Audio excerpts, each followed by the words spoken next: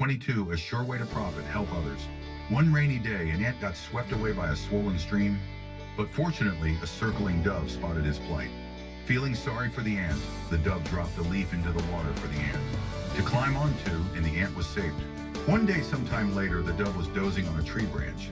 A hunter approached and took aim at him. The ant happened to be nearby, and seeing this, he bit the hunter on the foot. The hunter dropped his gun and screamed in pain, which woke up the dove, who flew away. The ant had returned the favor. Every person needs help in one way or another at one time or another, and no person is so worthless as to be able to help another. We are all interdependent and need one another's help. While doing business, I have often been impressed by how very important this is. For example, when I first started Daewoo, we did some business with an Indonesian trading firm named The. At the time, we were exporting fabric to for about 17 cents per yard, but the Indonesian government suddenly put restrictions on imports, and the market price of fabric there fell to about 10 cents per yard.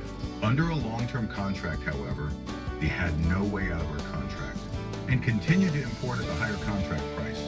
Knowing this, I tried to minimize thus's loss by reducing its imports, but the firm was still in financial trouble. If it did not come up with $30,000, the bank was going to take it over. I went directly to myself and handed the firm the money it needed. At the time, our company had only $10,000 in paid-in capital.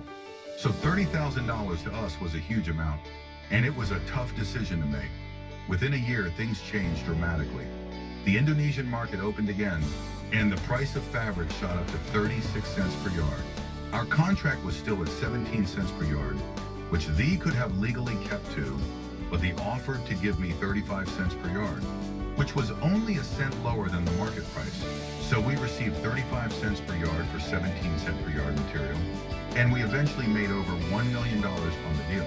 So you can see how I was rewarded for the $30,000 one had, given that when it was in trouble. There is always a reward for helping others. It may not always come back to the one who did the good deed, but someone will receive the benefits. This is a principle of life. To help others is to help yourself. If you have your eye on your own profits and avoid helping those in need, you may do all right in the short run, but in the long run, it will catch up with you. If you think only of your own profit in human relations, then you are putting yourself at risk. You have to put the principle of mutual benefit to work. If one side takes everything at the expense of the other, then the relationship is not going to last very long. At Daewoo, we always try to ensure that our partner gets as much out of a deal as we do. We have tried to impress upon people that there's no loss in dealing with Daewoo. The same principle applies to personal relations. If someone tries to use another person, the relationship rapidly deteriorates. For a relationship to work, it is essential for each person to empathize with the other completely, to understand his or her position and situation. Only then can the relationship become a mutually beneficial one. You can become a success in life if you have good personal relationships. Having good relations with outstanding individuals is an asset more valuable than money itself, because good relationships are as difficult as they are important. And that is another lasting principle. Good things do not come easily.